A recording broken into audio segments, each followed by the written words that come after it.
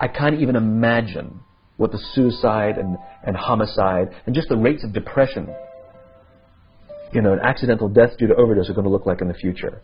It's going to reach epidemic proportions. It's already, the statistics are already alarming, and yet nobody's sounding any alarm bells. Parents have to intervene. We have to stop giving our kids free access to social media and phones at young ages. They are not ready for it. Their minds cannot cope with the dopamine. They can only have it up to a certain hour, and you take it away. They're children. You can take the phone away. We've got to intervene as parents. But as companies, we now have to deal with the influx of kids that are coming into our companies with addiction. Watch, I see it all the time. Walk through any office.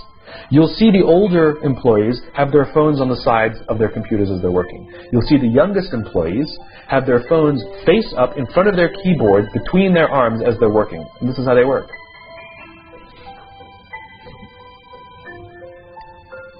And the science is alarming.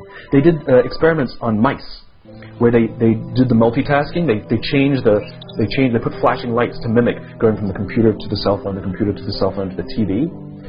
The mice that were exposed to the changing lights, it took them 3 times longer to solve a maze than the mice that weren't, and the damage was permanent. There is a subconscious reaction to these devices when we use them. Okay? What if I were to hold my phone while I'm talking to you? I'm not checking it, it's not buzzing, it's not beeping, I'm not even nothing. I'm just holding it. Do you feel at this moment that you are the most important thing to me right now? No, you do not. Because there is a subconscious reaction we have to the device. When it is out, it makes the people around us feel that they are less important. So when we're walking down the halls in our offices and somebody says, hey boss, can I ask you a question? You go, sure, what's on your mind? We've just told them they're not that important. Or we can go, sure, what's on your mind? And if you don't have a pocket, find a shelf, put it on the shelf, come back and say, sure, what's on your mind?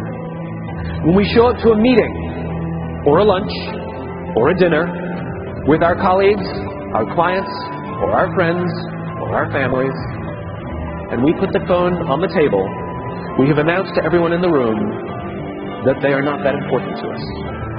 And by the way, putting the phone upside down is not more polite. My favorite one is when the meeting or at a lunch with someone, that the phone will ring and the caller ID will pop up and they will go, I'm not going to get it. Oh, so magnanimous! Oh, lucky to eat with you today. Or they could just put the damn thing away. You can tell how addicted we are. When somebody pulls out their phone when you're with them, how uncomfortable does that make us feel? You're walking down the street with someone, they pull their phone out. We feel stupid, so what do? We pull our phones out. We're so addicted. Somebody goes to the bathroom when we're at dinner, and what do we have to sit there by ourselves? God forbid we should look around the room for 5 minutes. We pull our phones out. Meetings. Awful. What do we do when a meeting happens, right? Everybody's sitting waiting for the meeting to start. Bob's running a few minutes late. Bob's here? Okay, start the meeting. Do you know when relationships are built? All that in between time.